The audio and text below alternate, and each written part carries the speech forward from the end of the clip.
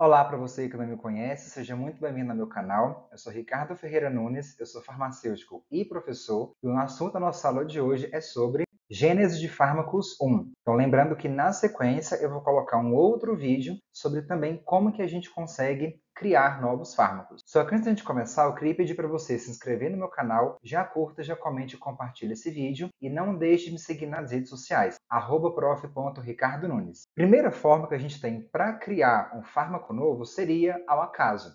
Então, quando a gente fala ao acaso, realmente é uma forma inesperada, não tem nenhum raciocínio muito ali envolvido na descoberta daquela substância.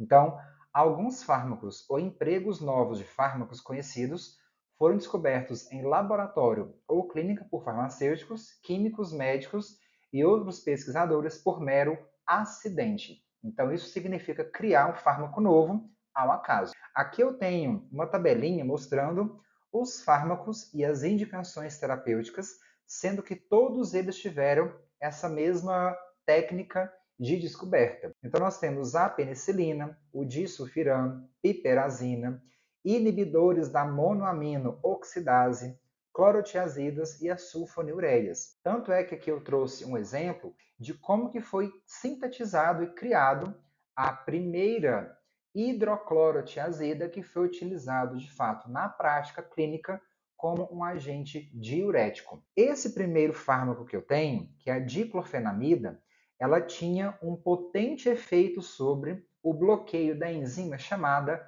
anidrase carbônica. O que essa enzima faz?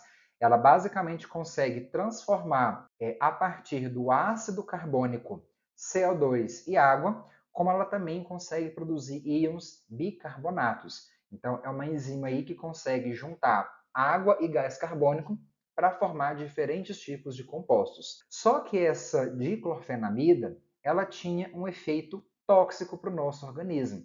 Então, eles fizeram o quê? Tentaram realizar algumas modificações moleculares totalmente ao acaso e aí criaram a clorotiazida, que é essa terceira molécula que eu mostro aqui para você. Então, essa clorotiazida, ela também tinha efeito diurético.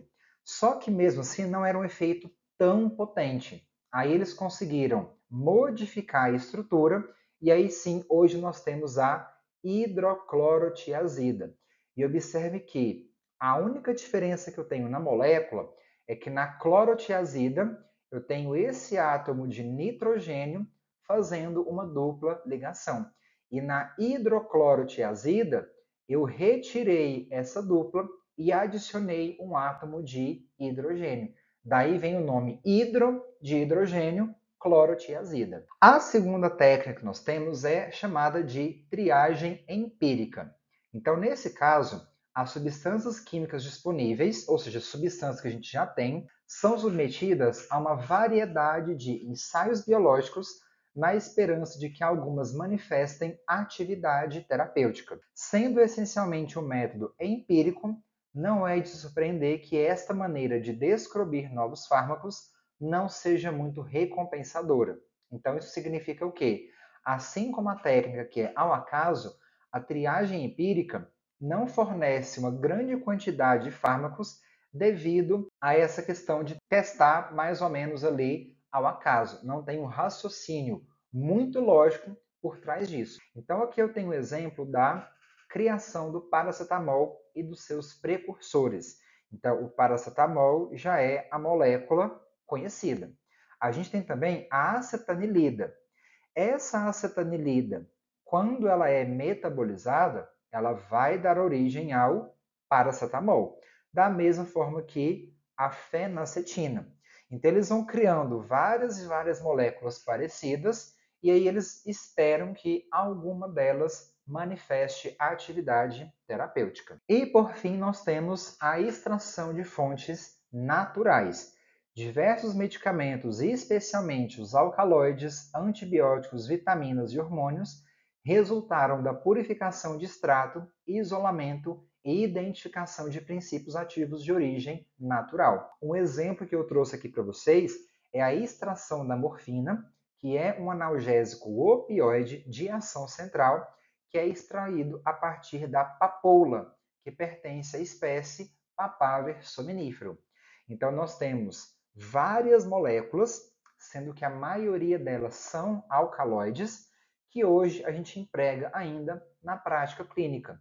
Se não for, de fato, essa molécula, nós temos derivados dessas moléculas de origem natural. Nós temos a atropina, que é utilizada até nos dias de hoje como colírio. Antigamente era utilizado a cocaína para ter um efeito analgésico, só que aí qual que era o grande problema?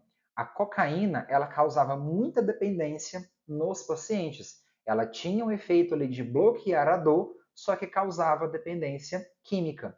E aí o que eles fizeram? Modificaram a molécula da cocaína para transformar então em lidocaína.